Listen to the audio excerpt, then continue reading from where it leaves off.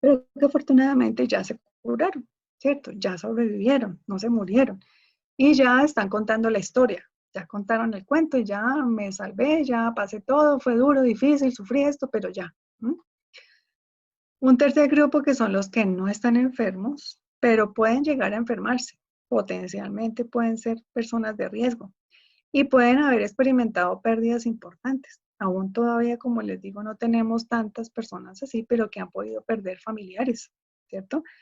Que ya hay personas que en este momento no sé exactamente la cifra de personas fallecidas en Colombia, creo que ya van como 20, no tengo seguridad, 17, 20 personas que han fallecido.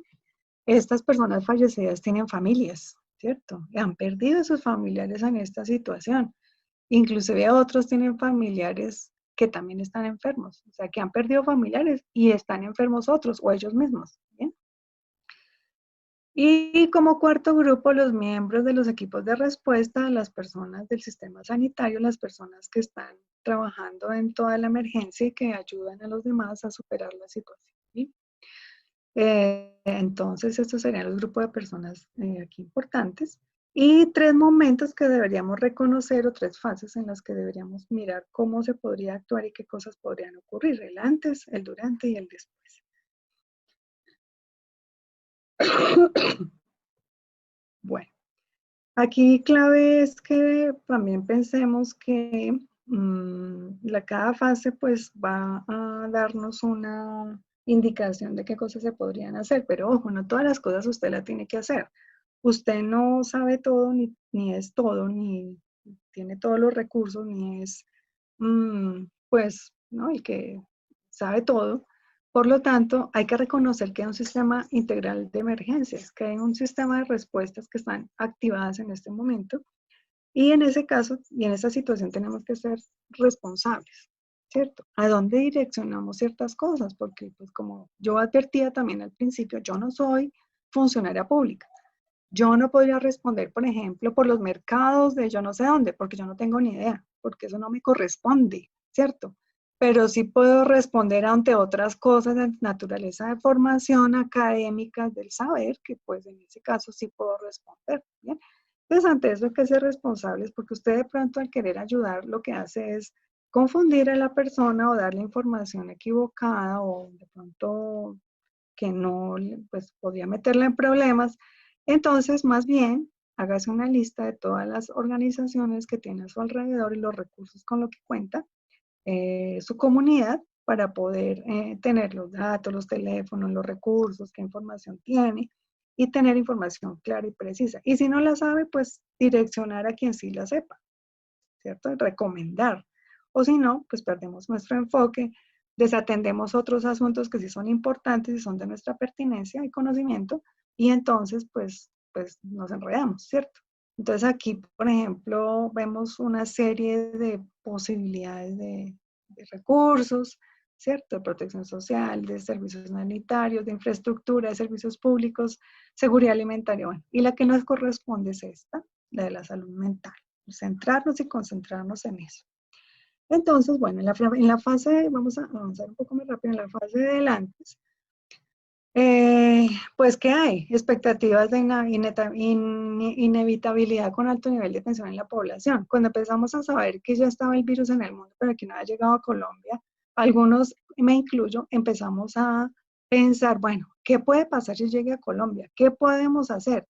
¿Qué tipos de cosas debemos empezar a hacer? ¿Cierto? ¿Qué cosas preexistentes pues tenemos que nos vuelva más riesgosos, ¿cierto? Más en riesgo. ¿Y qué cosas deberíamos hacer? ¿Cierto? Capacitar equipos y personal de respuesta en técnicas básicas de primera ayuda psicológica. En este momento estamos empezando a hacer lo que estamos ya en el momento del durante, pero que casi nos coge al principio, ¿cierto? ¿Cómo capacitamos a equipos de salud mental y trabajadores en la atención primaria en salud sobre el tema?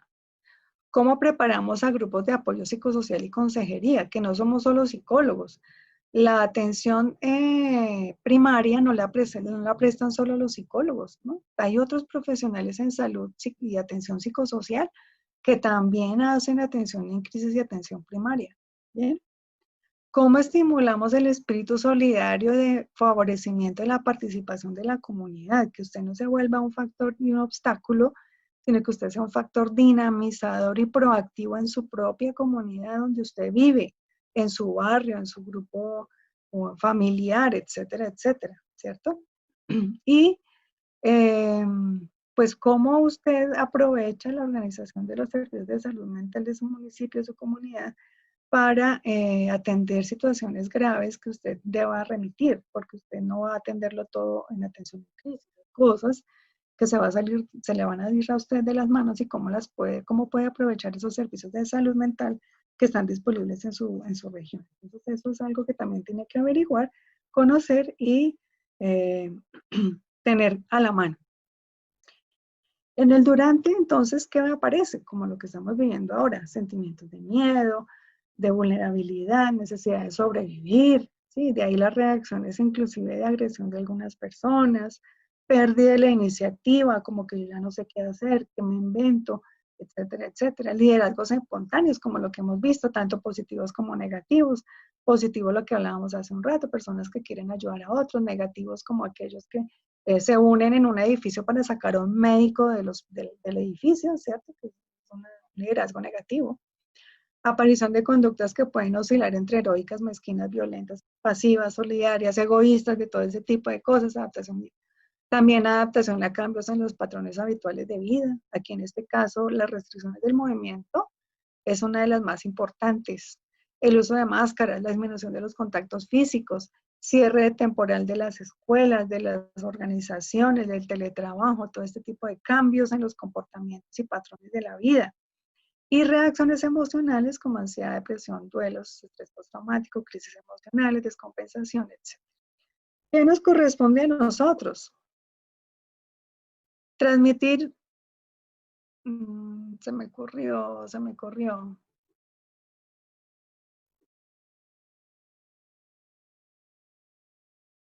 Apoyo las acciones fundamentales de detección temprana, notificación, atención y control de la propagación, aunque nosotros estamos más centrados en la detección temprana de situaciones críticas, ¿cierto?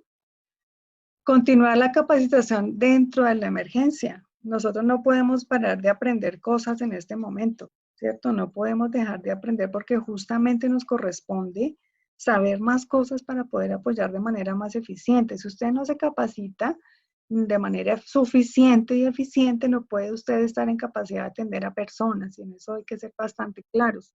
Si usted está apenas para graduarse y todavía no ha aprendido a hacer las cosas bien, pues primero aprenda a hacer las cosas bien antes de comprometerse a apoyar a las personas.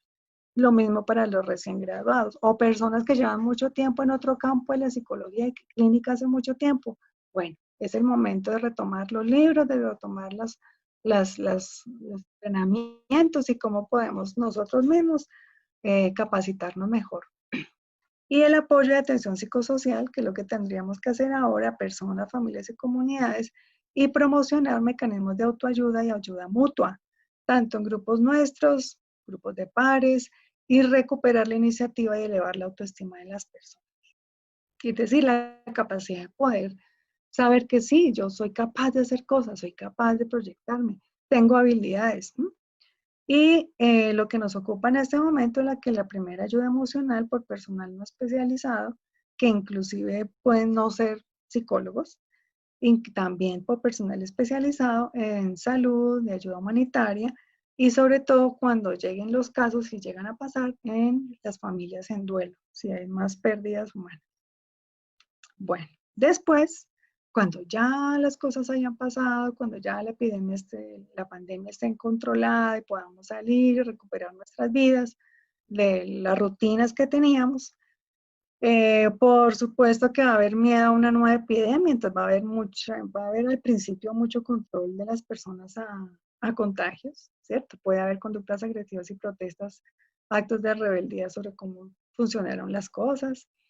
Van a haber secuelas sociales y de la salud mental, depresión, duelos patológicos, estrés postraumático, abuso de alcohol y drogas y violencia. Y eso lo podemos esperar cuando termine la crisis de esta pandemia. Por lo tanto, hay que estar preparados para atender ese tipo de situaciones. Y el proceso lento progresivo de recuperación será así. ¿no? Eso no va a ser algo que se recupere de un día para otro, sino que vamos a durar probablemente todo el año en ese proceso. ¿Qué debemos hacer nosotros?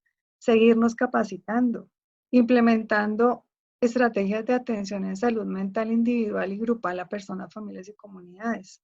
Como mínimo, 6 meses. Atender en salud mental a los que ayudaron. Y aquí, cuando todo termine, los que van a tener el efecto de rebote van a ser los profesionales de la salud, que han estado durante meses en esta situación sin descanso.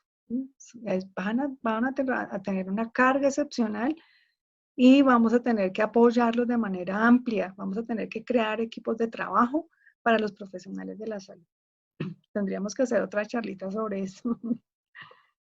Rehabilitar es marchar hacia adelante, recuperar la esperanza. Entonces aquí, ¿qué debemos hacer? Fortalecer proyectos de vida. Si se nos dañaron los proyectos de vida con esta situación, bueno, ¿qué podemos hacer de aquí en adelante? Cambiemos nuestro proyecto de vida. Miremos qué alternativas tenemos. ¿Bien?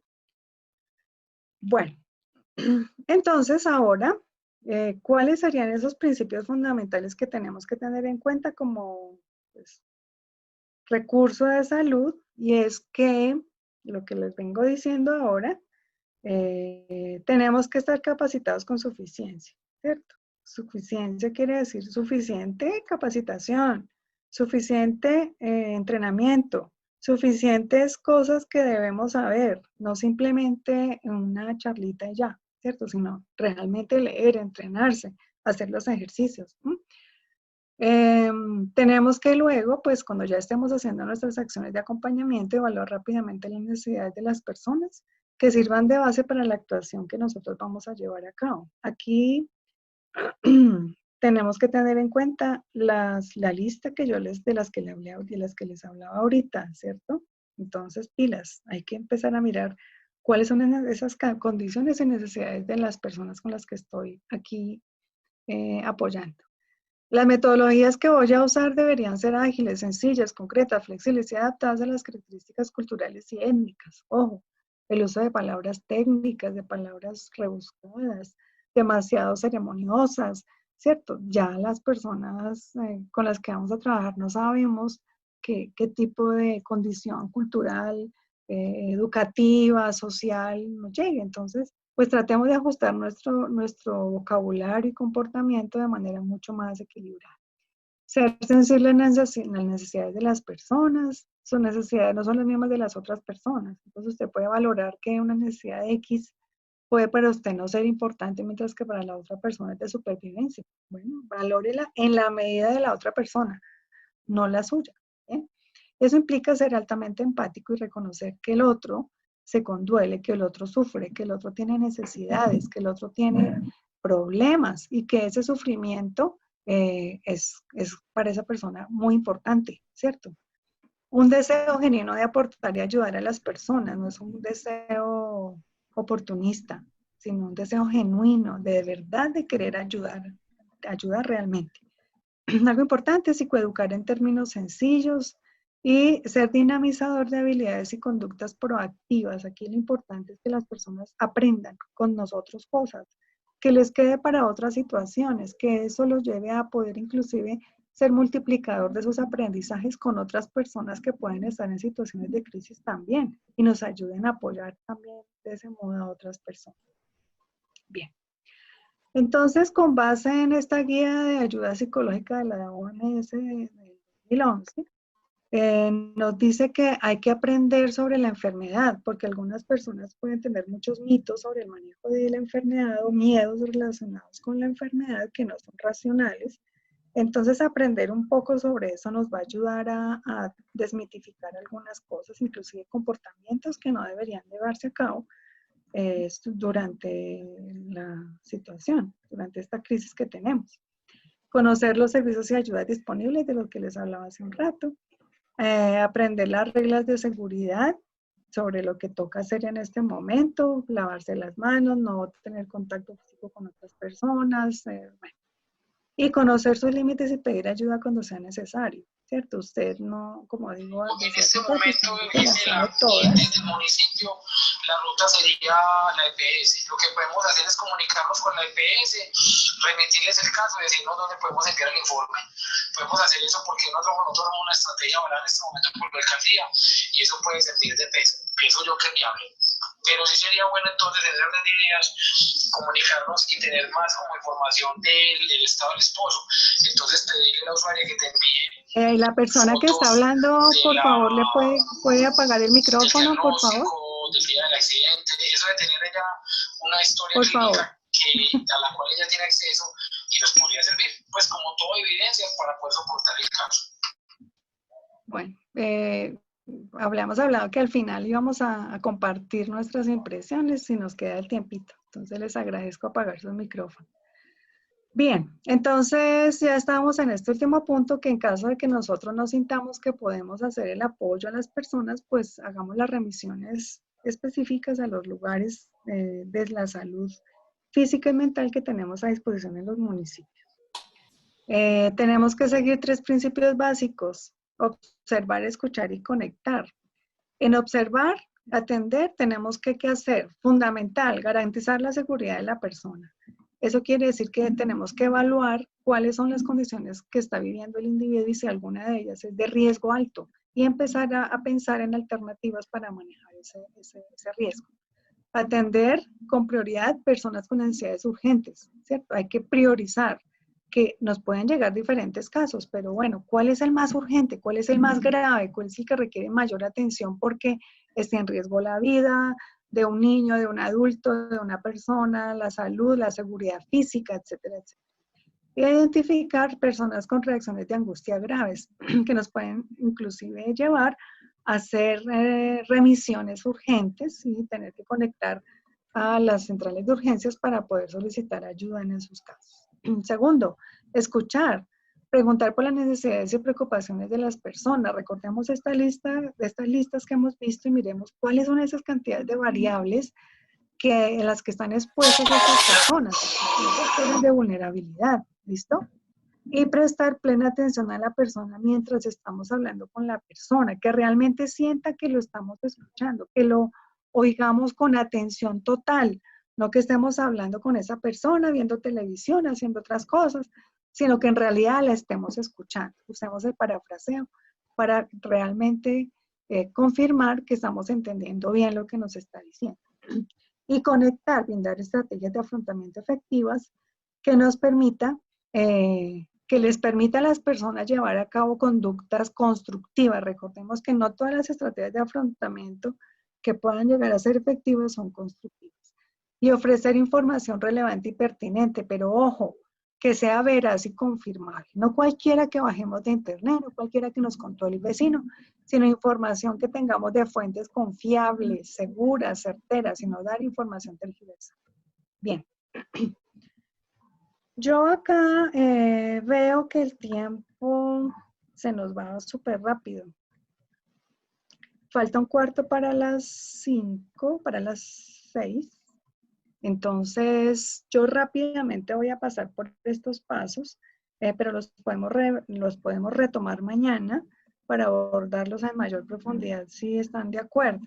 Entonces, los pasos que tenemos que tener en cuenta para la atención en crisis son los que nos ha ofrecido Slackio, que son 5. El primero es el contacto psicológico, en donde la idea fundamental es establecer un clima de confianza en las personas. Y allí lo que tenemos que hacer es invitar a expresar sus sentimientos, sus emociones, escuchar los hechos que están llevando al individuo a sentir esa angustia y sensación de desequilibrio, parafrasear, hacer declaraciones empáticas, ¿cierto?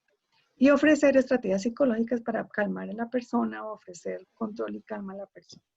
La segunda es la revisión de las dimensiones del problema. Aquí lo importante es indagar acerca de la situación, el incidente que precipitó la crisis, los recursos internos y externos, la posibilidad o no de mortalidad y morbilidad y las decisiones inminentes que de repente pueden ser necesarias tomar en ese instante.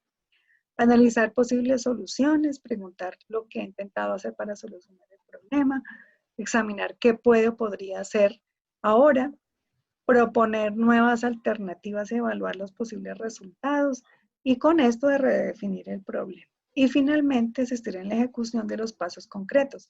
Aquí habría dos salidas distintas, dependiendo de la condición del individuo. Si el individuo tiene una condición aceptable en donde puede actuar en su propio beneficio y el riesgo de mortalidad es bajo o no está en riesgo inminente su seguridad física, pues la actitud suya debe ser facilitadora, orientar en algún momento, parcialmente o totalmente según los recursos del individuo, que puede incluir escuchar de forma activa todas las posibilidades que va a llevar a cabo el individuo, hasta recomendaciones puntuales que puede seguir para hacerlo mucho más efectivo. Y el otro caso sería si la mortalidad de la persona es alta o no está en condiciones de poder ver por sí mismo, entonces su actitud debe ser más directiva, dar acciones mucho más puntuales que hacer indicaciones específicas sobre lo que debe hacer. Por ejemplo, vaya, coja el teléfono, levante el cocina, marque el número 1, te lo escucho, estoy escuchando, marco los números, ahora por favor pregunte por tal persona, dígale, por favor, hablar con tal persona. Sí, ya las conductas de usted deben ser absolutamente directivas. Y debe incluir movilización activa de recursos como otras personas que puedan apoyar, como la familia, vecinos, y usted podría inclusive llegar a tomar control de la situación. Bien, el último sería el seguimiento, que es verificar el proceso, pues cómo ha sido, cómo ha seguido. Aquí puedes extraer información para el seguimiento, qué ha pasado, cómo le funcionó la estrategia, completar el circuito de retroalimentación, verificar si se logró, si redujo el riesgo, si se culminó el enlace con otros recursos, si bajó la situación crítica, y pensar en soluciones posteriores o a mediano plazo sobre lo que ocurrió, si eso tiene consecuencias. Así como establecer convenio de recontacto para hacer verificación y seguimiento a mediano plazo sobre las decisiones que se han tomado. ¿Qué cosas hacer y qué no hacer? Pilas. Esto lo recomiendo mucho, sobre todo el no hacer, y es contar ya su propia historia, es decir, usted empezar a contar lo suyo y no tener en cuenta los hechos de la otra persona, ¿no? Ignorar hechos y sentimientos que pueden ser relevantes para manejar la situación. Juzgar a la persona o tomar partido en algún punto, usted debe ser neutral en este caso, ¿cierto? Pero si en algún caso usted debe tomar partido, por ejemplo, porque es una situación de violencia intrafamiliar, el esposo está amenazando a la mujer, pues usted toma partido por la mujer, pero no desde el punto de vista moral o crítico, de juicio, sino de a quién en ese momento necesita apoyo y ayuda, ¿cierto? No el esposo, bueno, en cierto modo sí, pero quién tiene que empezar sobre quién tiene que recaer la ayuda y el apoyo sobre ella, ¿verdad? Debe permitir abstracciones continuas, ignorar signos si usted ignora signos de peligro, usted está fallando de manera grave, porque aquí lo más importante es identificar esos signos de peligro, permitir la visión de túnel y solamente ver una parte del problema, eso sería crítico, ¿cierto? Es decir, hay una serie de condiciones que usted aquí que debería evitar a toda costa. Por ejemplo, dejar en el aire cosas que podría usted usar o que debería resolverse inmediatamente y usted las deja. O dice, bueno, eso que le evalúe a otra persona. Yo por ahora me ocupo de una sola cosa, no mirar el problema en conjunto, porque usted puede ahí fallar y no direccionar apropiadamente la persona puede estar en alto riesgo. Esto lo podemos abordar. Perdón, yo le pregunto una cosita. Y ya, ¿Podría si quiere, volver a poner la imagen 3?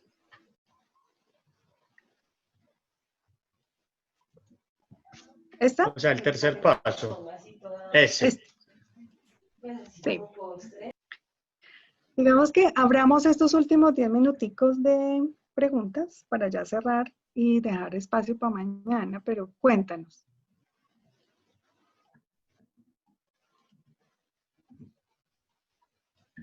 ¿Preguntas? ¿Y vas a preguntar por el paso 3?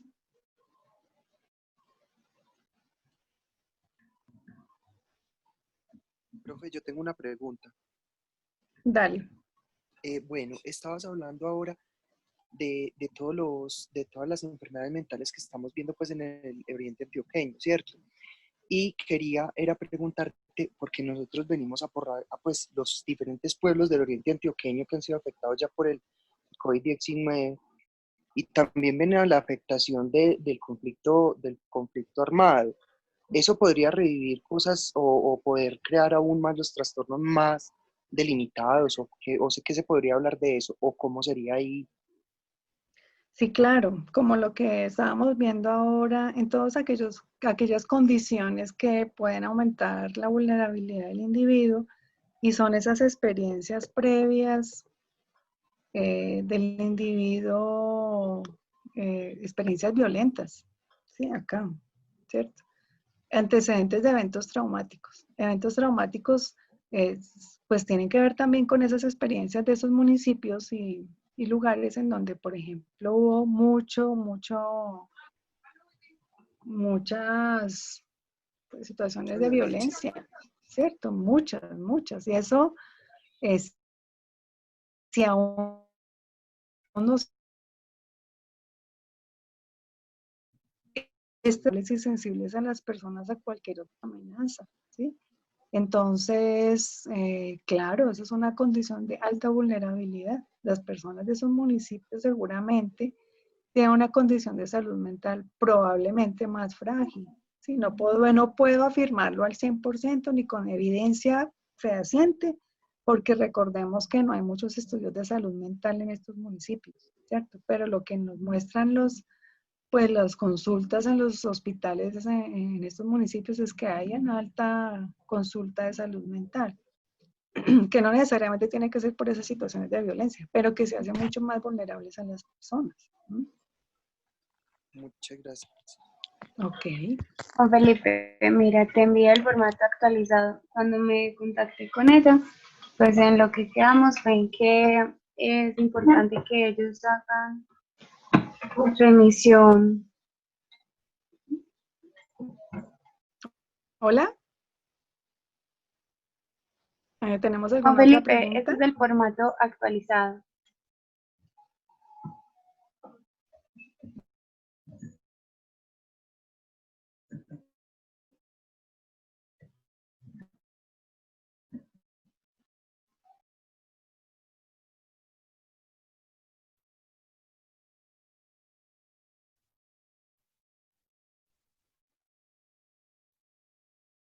Yo te iba a preguntar Cuenta. acerca de cómo debemos gestionar el miedo, porque uno lee en las guías de atención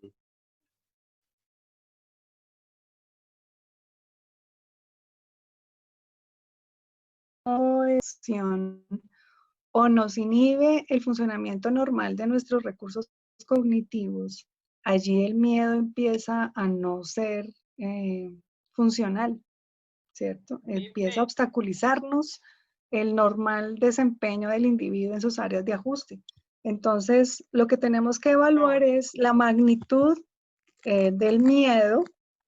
Eso en qué se ve representado, porque claramente lo mencionaba yo hace un momento, en las posibilidades de evaluar angustia, miedo, ansiedad, ¿cierto? La magnitud del miedo que se representa en esos constructos y cómo esto está obstaculizando definitivamente la vida de la persona. Claro, es que el miedo es normal, ojalá, menos mal que lo tenemos, ¿cierto? Eso es una reacción natural, pero como digo, hasta cuando obstaculiza, ¿sí? Porque en muchos casos inclusive direcciona conductas de autocuidado muy importantes.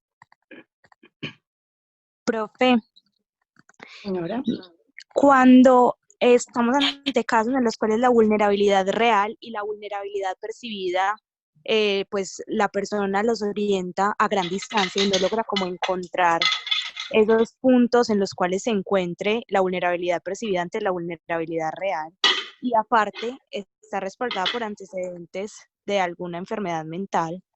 ¿Cómo se trata eso estando en crisis? O sea que no sé si me estoy adelantando mucho y si eso lo vamos a hablar después, pero cuando esto está respaldado por antecedentes de salud mental que no permiten que la persona haga un reconocimiento de la vulnerabilidad real ante la vulnerabilidad percibida, ¿qué se hace, por ejemplo, en primera instancia? Pues es que ya son casos muy puntuales. Hay limitaciones cognitivas importantes en algunas personas que han recibido ciertos diagnósticos, ¿cierto? Entonces, esas limitaciones a lo mejor no las vamos a poder resolver y eso nos implica entonces tener que recurrir a un tercero que nos ayude a optimizar las conductas de autocuidado de esa persona, porque si definitivamente esas condiciones preexistentes no son facilitadores o son obstaculizadores permanentes, es decir, que son cosas que ya no vamos a poder mejorar, si son recursos del individuo que ya no vamos a poder mejorar, porque ya con el deterioro, o sea, porque ya la enfermedad misma pues lleva a que deteriore ese tipo de funciones, pues no tenemos nosotros modo de poderle hacer cambiar ciertas conductas, excepto bajo unos parámetros de control muy específicos, un entrenamiento muy específico. Entonces tendríamos que ya hablar de manera concreta, como en casos muy puntuales, en donde tocaría ejercer otro tipo de intervenciones ya mucho más específicas. Pero es que ya esos son casos que se salen de nuestras manos en cierto modo, que ya toca recurrir a otro tipo de fuentes. Y bueno, en casos de atención en crisis, las crisis, si son crisis por la enfermedad mental, pues ya tienen otro manejo, que no se hacen de este modo, ¿sí? Ya se hacen de otro modo, hay que remitirlos, ¿cierto? Pero si son desobediencia, por ejemplo, en las conductas de no salirse a la calle, y es una persona que, no sé, de repente tiene una discapacidad cognitiva moderada o profunda, pues la comprensión de las instrucciones puede ser limitada. Entonces, pues hay que tomar otro tipo de medidas, porque a lo mejor no, así hagamos todo el tiempo muy puntual en casa y con un acompañamiento muy cercano, pues no va a cambiar de comportamiento. Profe, yo tengo una pregunta muy concreta con respecto a una situación que se está presentando en este momento, ¿cierto? Y es, yo trabajo en un centro de rehabilitación. La fundación en este momento está cerrada por obvias razones, ¿cierto? Y los profesionales que asistimos a trabajar al centro, obviamente pues no podemos asistir por condiciones de salubridad y la atención se va a empezar a realizar vía telefónica, pero hay dos desencadenantes importantes. Uno, que es la abstinencia del consumo de sustancia, a pesar de que los residentes llevan bastante tiempo allá. Y dos, es la angustia generada por no salir a ver a sus familiares, el estar encerrado en la comunidad, y obviamente en estas situaciones de estrés, el consumo y la ansiedad de consumo se dispara. ¿Qué tan efectiva sería una intervención en crisis telefónica? Porque a mí me genera mucha inquietud el tema, ¿cierto? Por ser un caso tan especial, sin decir que no se va a hacer porque se tiene que hacer porque los residentes están en crisis.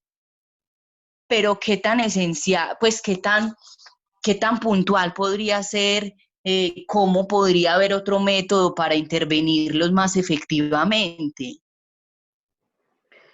Bueno, ayer justamente, no sé si algunos lo escucharon, y no sé, creo que eso quedó grabado inclusive en la Secretaría Seccional de Antioquia, Secretaría de Salud Seccional de Antioquia. Un médico experto en este tema dio una pequeña charlita sobre el manejo de estas situaciones. Ahorita justamente en estas situaciones de confinamiento, yo me comprometo a buscar la grabación, a ver si de repente mañana la podemos compartir, pero de todos modos creo y entiendo que está disponible en la página de la Seccional de Salud de Antioquia. Y justamente ayer en la tarde lo dieron. Y él justamente hablaba de esas situaciones en donde ahorita, por el confinamiento, pues las personas, primero que si vivían en casa y no pueden salir a conseguir tu droga, pues entonces empiezan a tener crisis de abstinencia. O estos casos que tú nos cuentas sobre personas que estaban en rehabilitación y que pues cierran el centro, mandan las personas a casa, entonces la angustia pues por consumir, sumado a eso a la ansiedad que produce estar en encierro y toda esta serie de condiciones familiares que además podrían también ser pues estresores adicionales. Entonces, pues si quieres lo hablamos mañana, miramos si de repente ya pues pude bajar el material o si de repente tú lo encontraste. Y también mirar Perfecto, la muchas pregunta que gracias. hace la compañera. Sí, Hola. dale. También mirar a lo que la compañera menciona, porque yo también trabajé en un centro de rehabilitación y veía la misma complejidad del asunto, pero ahora bien, lo hacía presencial. Vía telefónica yo diría que no sería muy efectivo, podría ser video, al menos mirar las reacciones que la persona está teniendo y apoyarse mucho desde la parte de psiquiatría, porque indiscutiblemente habrán pacientes que requieran un tratamiento farmacológico y también mirar qué tan adherentes están al mismo. Sí, claro, lo que pasa es que en este momento se está presentando una situación y es que el centro no, o sea, los muchachos están internos en el centro, ¿cierto? Yo te puedo contestar esa pregunta. Yo trabajo en un centro de rehabilitación en estos momentos y te puedo explicar un poco cómo estamos trabajando para que tú tengas de pronto un poco de conocimiento si quieres. Perfecto, me parece perfecto. En el chat o nos comunicamos. Claro y me que sí, comparten también información adicional, me interesa mucho. Sí, sí, a mí claro que también, sí. por favor, no me puede por acá de una vez para todos. Pues yo les hablaría de pronto un poco así rápido, o si ustedes quieren, nos la compartimos pues por privado, como quieran, si no hay ningún problema ¿Por con qué la no docente. les pones tu correo electrónico aquí en el chat? Y las personas Bueno, interesadas en señor. conocer la información que les puedes compartir, pues te escriben para que luego se pongan de acuerdo. Listo, sí, nosotros estamos utilizando unos protocolos que inclusive a la respuesta más clara sí que es de lo que está diciendo la compañera, es que como mínimo se debe hacer una visita al centro semanal, porque nosotros estamos trabajando con personas y es normal el cargue de ellos dentro de la misma institución. El solo hecho de ver el psicólogo o parte diferente del personal clínico hace que ellos bajen esa tensión, ¿cierto? Porque se sienten acompañados. Entonces sí, por ahí les podría contestar algunas cosas. Perfecto, pues te agradezco mucho esa actitud proactiva de apoyo a los compañeros, porque como ya mencioné anteriormente, no sabemos de todo y no todos sabemos todo. Apoyarnos entre todos es ahorita uno de los recursos más importantes. Bueno, entonces yo creo que por hoy vamos a dejar por acá y los invito mañana a que nos conectemos de nuevo a las 4. Empezamos de nuevo retomando lo último que abordamos acá, que fueron los pasos de los que estamos hablando hace un rato. Y cerramos esa parte para comenzar todos los aspectos técnicos de la intervención a través de las TIC. Les agradezco muchísimo. Les agradecemos mucho desde la Facultad de Ciencias Sociales y el programa de Psicología que nos hayan acompañado hoy y que confíen en nosotros para esta capacitación. Entonces nos vemos mañana y muchas gracias. Bueno, señor. Nada, pues lo primero agradecerte el aporte tan importante que nos has dado. Ha sido muy valioso lo que has dicho, sobre todo ese llamado a cualificarnos constantemente, ¿cierto? Yo creo que ahí tocaste un tema crucial en este momento y es que no sabemos hacer de todo y lo acabas de decir ahorita y es bueno que en estos casos no nos pase que por querer, como decimos muy coloquialmente, por hacer bonito hacemos feo. Entonces es bueno que nos cualifiquemos y hagamos esto y por eso fue que generamos este espacio. Y qué bueno que veo que hay varios egresados, Raúl, otros pues que vi ahí que están aportando desde su experiencia. Precisamente es lo que necesitamos ahora, aportar, ser solidarios para ayudar a los otros. Entonces, les agradezco a todos mucho la participación, a Marta realmente en toda la disponibilidad de compartirnos esta experiencia y les pido mañana por favor otra vez cuando ingresen poner su nombre y apellido porque es que esa es la evidencia que nosotros tenemos para hacer la certificación. Por favor, para que nos evitemos algunos inconvenientes que sucedieron al inicio de la sesión pero eso es una especie de control porque, como les dije, las inscripciones fueron muchas y mucha gente se estaba quedando por fuera porque no estábamos haciendo como controles con esto. Entonces, muchísimas gracias, Marta, muchísimas gracias, y ya pues mañana seguiremos en contacto. Feliz tarde a todos. Gracias. Gracias, profe, igualmente. Gracias.